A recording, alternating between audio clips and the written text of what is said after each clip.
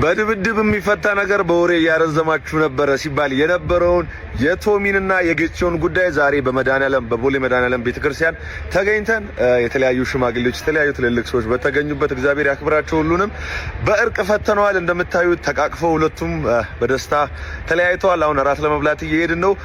ሰዎች ሲጣሉ የሰዎችን መለያየት እስከ ጥግ የምትፈልጉ ሰዎች እረፉ። ሰዎች ሲጣሉ ቀርበን ተጠግተን ምን ጎደለ፣ ምን አረጋችሁ፣ ምን አጠፋ ተባብለው ለማስታረቅ እንሞክር። እናመሰግናለን።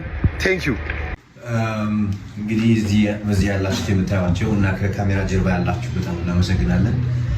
እኛን ለምትከተሉን እኔንም ቶሚን ለምትከተሉን እና ይሄ ነገር አሳስባችሁ ለጠየቃችሁ ለደወላችሁልን እና በጣም ይቅርታ። በመጀመሪያ ለእናንተ ይሄን ማድረግ አልነበረብንም። እኛ ካለን ነገር አንፃር እኔና ቶሚ ያለብንን ችግር ባለመግባባት የተፈጠረ ስለነበረ እንጂ ምንም የተለየ ጥላቻ መጥፎ ነገር በሁለታችን መካከል የለም። ሁለታችን በኩል ያለመነጋገር ያለመግባባት ችግር ነበረ።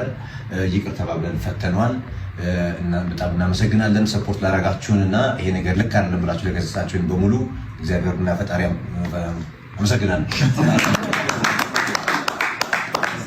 ችግሮች በሙሉ በእኔ በኩል በሰራኋቸው ቪዲዮዎች በሙሉ ወደ ፖለቲካ ወደ ብሔር ምናምን የቀየራችሁ ሰዎች ነበራችሁ።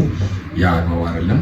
በቃ በሰዓቱ የነበሩ ችግሮች ነበሩ። እነዛን ችግሮች ደግሞ ከሱ ጋር በመወያየት ትክክል እንዳልሆኑ አይተናቸዋል እና ወንድሜ ምንም የከፋ ነገር ያደረገብን ነገር እንደሌለ አስረድቶኛል። ያው እኔም በሰዓቱ የተሰማኝ ነገር ስለነበረ ነው።